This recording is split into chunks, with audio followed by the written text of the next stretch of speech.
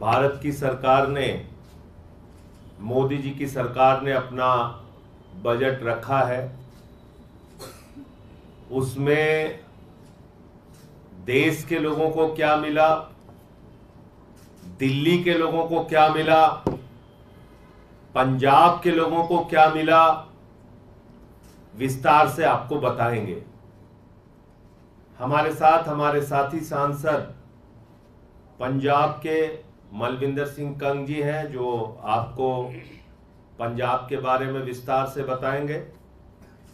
मैं इस बजट के बारे में 2-3 महत्वपूर्ण बातें करना चाहता हूं। पहली बात तो बजट की खुशहाली का अंदाजा पिछले कई वर्षों से शेयर मार्केट के गिरने और शेयर मार्केट के ऊपर जाने से लगाया जाता है।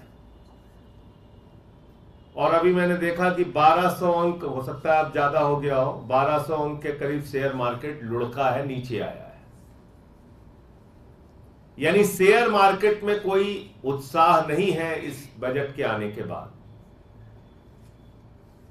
दूसरा, अलग अलग वर्गों को जो उम्मीद थी इस बजट से, उनको क्या हासिल हुआ?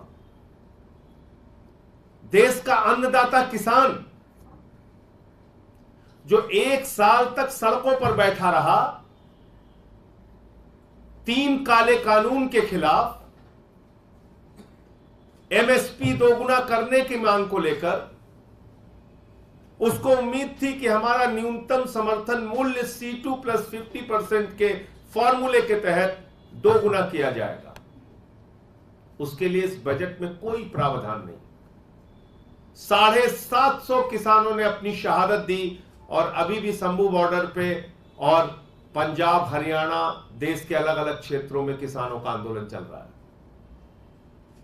पश्चिमी उत्तर प्रदेश, अलग अलग इलाकों में, कर्नाटक हो, तमिलनाडु हो, आपने बिल्कुल उनको दूध की मक्खी की तरह निकाल के फेंक दिया। अब आपको याद ही नहीं कि इस देश में किसान भी है।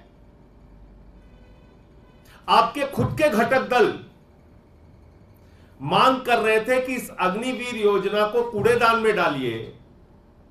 यह देश की सेना के साथ भी विश्वासघात है और हमारे नौजवानों के साथ भी विश्वासघात है। आपने इस बजट में अग्निवीर योजना को लेकर कोई बात नहीं कही। इस देश का युवा चाहता है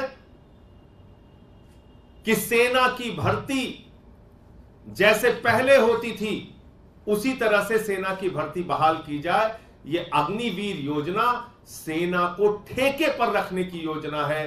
भारत की सेना का अपमान है, भारत माता का अपमान है, और इसलिए हम लोगों की यह मांग रही है कि यह अग्निवीर योजना आप वापस लीजिए। आपने उसके लिए भी, सेना के लिए कोई बजट निर्धारित नहीं किया। तीसरी मांग, इस देश का कर्मचारी वर्ग कहता है बुढ़ापे में हमारा सहारा कौन बनेगा। उसकी मांग है कि भाई पुरानी पेंशन की बहाली कीजिए। आप नई पेंशन स्कीम में शेयर मार्केट में उनका पैसा लगाते हैं, शेयर मार्केट बढ़ेगा तो उनका पैसा बढ़ेगा, शेयर मार्केट डूबेगा तो उनका पैसा डूब जाएगा। 1.5 लाख रुपए की तनख्वाह पाने वाले लोग पेंशन के नाम पे 1200 रुपए, 1500 रुपए पाते हैं। यह आपने देश के कर्मचारी वर्ग को निराश करने का काम किया।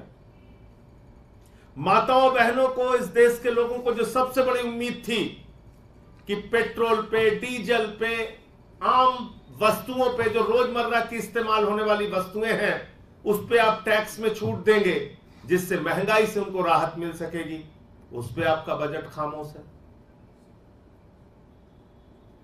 आपने इस देश के छोटे निवेशकों को, जो शेयर बाजार में छोटी छोटी कंपनियों में, अलग अलग कंपनियों में अपना पैसा लगाते हैं और उससे कुछ उनकी आमदनी हो जाती है, अपने घर परिवार चलाते हैं, इस देश में शेयर बाजार में पैसे लगाने वाले छोटे निवेशकों की संख्या है 10 करोड़। अगर उनके परिवारों को आप गिन ले तो करीब करीब 30 करोड़ की संख्या है। आपने क्या किया उनके साथ? लॉन्ग टर्म उनका जो इनकम होता है उस पे आपने टैक्स लगा दिया 10% से उठा के 12.5%, और शॉर्ट टर्म के लिए लगा दिया 15% से उठा के 20%। यानी कि मोटे तौर पे ऐसे समझे कि कोई भी व्यक्ति अगर अपना शेयर 1 साल से ज्यादा की अवधि के लिए रखता है और उसको फिर बेचता है, तो अब उसको सरकार को जो आमदनी होगी उसको देना पड़ेगा 10% की जगह 12.5% टैक्स। और अगर शॉर्ट टर्म में वो अपने आमदनी करता है और शेयर को बेचता है तो उसको अपनी आमदनी पर 15% की जगह देना पड़ेगा 20% टैक्स। आपने उनको भी, उनके ऊपर भी टैक्स का बोझा लाद दिया। तो कुल मिलाकर, और कल इकोनॉमिक सर्वे आया आपका, क्या कहते हैं भाजपाई? कहते साहब चीन की वस्तुओं का इस्तेमाल नहीं करना है, चीन के वस्तुओं का बहिष्कार करो। फिर भाजपाइयों की ड्रामा कंपनी तैयार होती है, कहते क्या करना है हुजूर, मोदी जी बताइए। कहते जाके कोई सैमसंग का स्टोर तोड़ दो।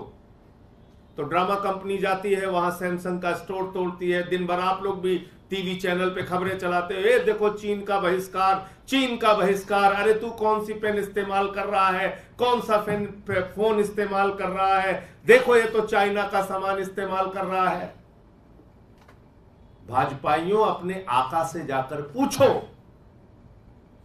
68% चीन के साथ व्यापार बढ़ाया है तुम्हारे आकाओं ने, जिसके कहने पे जाके नारा लगाते हो। और एक हिंदुस्तानी जो व्यापार कर रहा होता है, सैमसंग का स्टोर खोल के बैठा होता है, उसका स्टोर तोड़ते हो, तोड़फोड़ करते हो जाके दुकानों पर। जाके अपने आकाओं से पूछो, मोदी जी से पूछो, गलवान घाटी में जहां पर हमारे 20 जवान शहीद हुए, अरुणाचल से लेके बाकी राज्यों से खबरें आती हैं कि चीन भारत की सीमा में घुसपैठ कर रहा है। उस चीन के साथ 68% आयात बढ़ाया है, 68% आयात।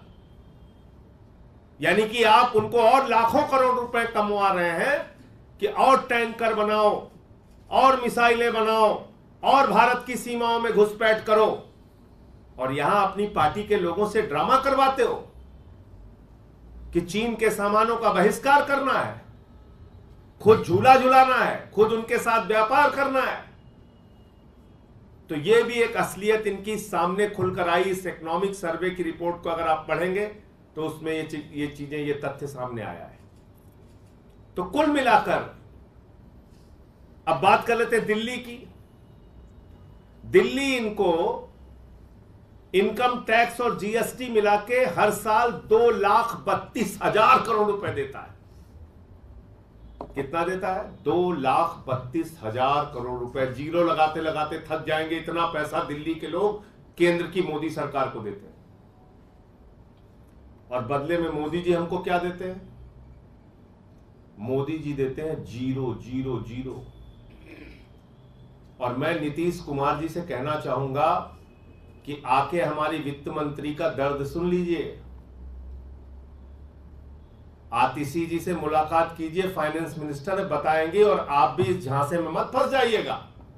1,25,000 करोड़ का वादा 9 साल पहले किया था हमारे प्रधानमंत्री जी ने। वो रैली आप लोगों को याद होगी, क्या बोला था? जय प्रकाश जी की कर्मभूमि से बोल रहा हूं, 50,000 करोड़ में बिहार के लोगों का काम नहीं चलेगा। 50 चाहिए, 60 चाहिए, 70 चाहिए, 80 चाहिए, 90 चाहिए, 125, 1,25,000 करोड़ रुपए का पैकेज इसी ग्राउंड से घोषित कर रहा हूं, इसी मैदान से घोषित कर रहा हूं। हम लोगों को भी बड़ा अच्छा लगा कि भारत में एक ऐसा प्रधानमंत्री आया जो एक रैली में 1,25,000 करोड़ दे देता है। 9 साल हो गए, बिहार के लोगों के हिस्से में कुछ नहीं आया। 9 साल हो गए, रैली के मैदान से ही 1,25,000 करोड़। हमको तो डर लग रहा था कहीं बोरा वोरा बांध के लिए होते तो उसी में बांट देते। 1,25,000 करोड़। आज क्या बोल रहे हैं, कह रहे 26,000 करोड़ रुपए, उसमें पुल बनेगा, हाईवेज बनेगा। हालांकि पुल हाईवेज पूरे देश में कहीं कहीं बन रहे हैं, लेकिन ठीक है, उसको भी आपने जोड़ जाड़ के 26,000 करोड़ बताया है। तो मैं मुख्यमंत्री नीतीश कुमार जी से कहना चाहूंगा कि जल्दी ही, इस सरकार का कोई भरोसा नहीं है, क्या करे क्या ना करे। 9 साल आप लोगों को इन्होंने मूर्ख बनाया, बिहार के लिए हिस्से में कुछ नहीं दिया। तो ये जो 26,000 करोड़ की घोषणा की है, इसको ले लीजिएगा, क्योंकि मुझे बताया गया कि दिल्ली के लिए जो 325 करोड़ रुपए घोषित किया जाता है, अभी मैं आ रहा था तो मैंने कंफर्म किया, 1 रुपए दिल्ली को नहीं दिया इन्होंने। 2,32,000 करोड़ रुपए का टैक्स दिल्ली से लेने के बावजूद 1 रुपए, पूरी जिम्मेदारी से कह रहा हूं, 1 रुपए भी केंद्र की मोदी सरकार ने दिल्ली को नहीं दिया। इतनी दुर्भावना है आपके मन में, इतनी नफरत भरी है आपके मन में, क्योंकि यहां आम आदमी पार्टी की सरकार है, क्योंकि यहां अरविंद केजरीवाल जी की सरकार है, तो आप इस तरह से भेदभाव कर रहे हैं। हम तो कह रहे हैं दूसरे राज्यों को सेंट्रल टैक्स का, केंद्रीय हिस्से में जो टैक्स जाता है उसमें राज्यों का जो शेयर मिलता है वो करीब करीब 15% मिलता है, हमको आप 10% ही दे दीजिए। और हम तो इनकम टैक्स जो जाता है, जीएसटी का भी हिस्सा नहीं, हम तो इनकम टैक्स का हिस्सा मांग रहे हैं। इनकम टैक्स का जो जाता है उसमें से आप दे दीजिए। करीब करीब 20,000 करोड़, 2,07,000 करोड़ रुपए इनकम टैक्स का हिस्सा केंद्र को जाता है, उसमें से कम 20,000 करोड़ रुपए दे देते आप। 10,000 करोड़ रुपए एमसीडी को, 10,000 करोड़ रुपए दिल्ली सरकार को, वो भी नहीं दिया आपने। तो ये कुल मिलाकर हकीकत थी। ये बजट सरकार बचाओ महंगाई बढ़ाओ बजट है। ये बजट झुनझुना बजट है। देश की जनता के हिस्से में कुछ नहीं आया, न किसान, न नौजवान, न माताएं बहनें, न व्यापारी, न कर्मचारी, किसी के हिस्से में कुछ नहीं आया। हाँ, कॉर्पोरेट घरानों का टैक्स नहीं बढ़ाया गया, उनके लिए राहत की खबर जरूर हो सकती है। रोजाना खबरां नाल जुड़े रहने ਲਈ चैनल ਨੂੰ सब्सक्राइब करें ਤਾਂ जो हर प्रकार की खबर ਤੁਹਾਡੇ ਕੋਲ जल्दी पहुंच सके।